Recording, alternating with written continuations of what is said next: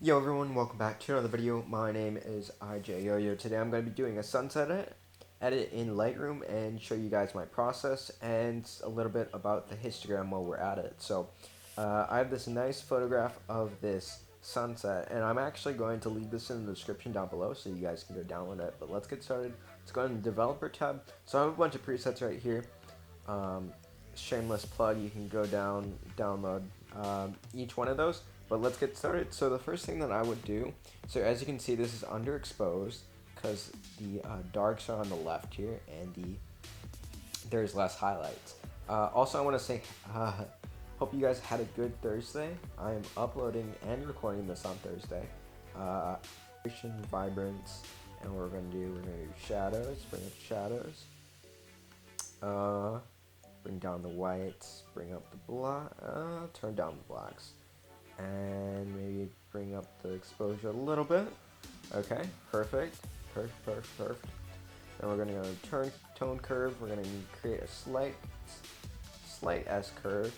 I don't really like going too crazy on the S curve.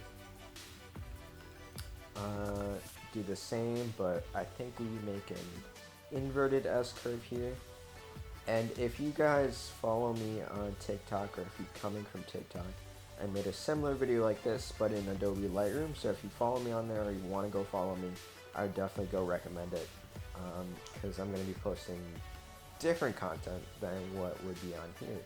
So let's see, let's bring up saturation yellow. I think we bring down the yellows. It really doesn't. I like the yellows up. And then purples. Perfect.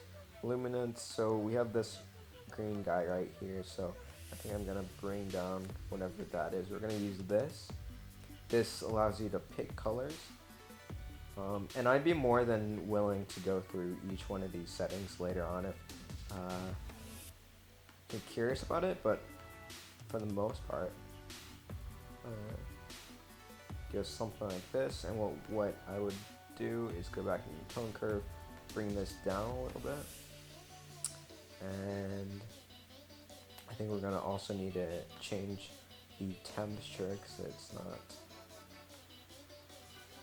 like that. Bring up the yellows and the purples, and then go down here, go into lens correction, make sure that this is enabled, and then we're going to go and crop. This is actually usually my workflow, so we're going to go in here and crop it. I'm going to go original because I like seeing the full picture, and then we're going to rotate it so that the horizon's more straight. Perfect. And then now I haven't edited this horizontal one yet, so there are a few things that I probably would change, which we can do real quick here. Let's see, let's go into color. Sometimes I like going into calibration and changing these. Sometimes it can look really weird. So this, it looks alright, I think. Going like that. And then leave it like that. So it's still kind of underexposed, and you get these highlights. So what I usually like doing is pressing Alt, and then you can see the clippings on there. But I think we just need to bring it down. Okay, bring up the blacks a little bit so they're not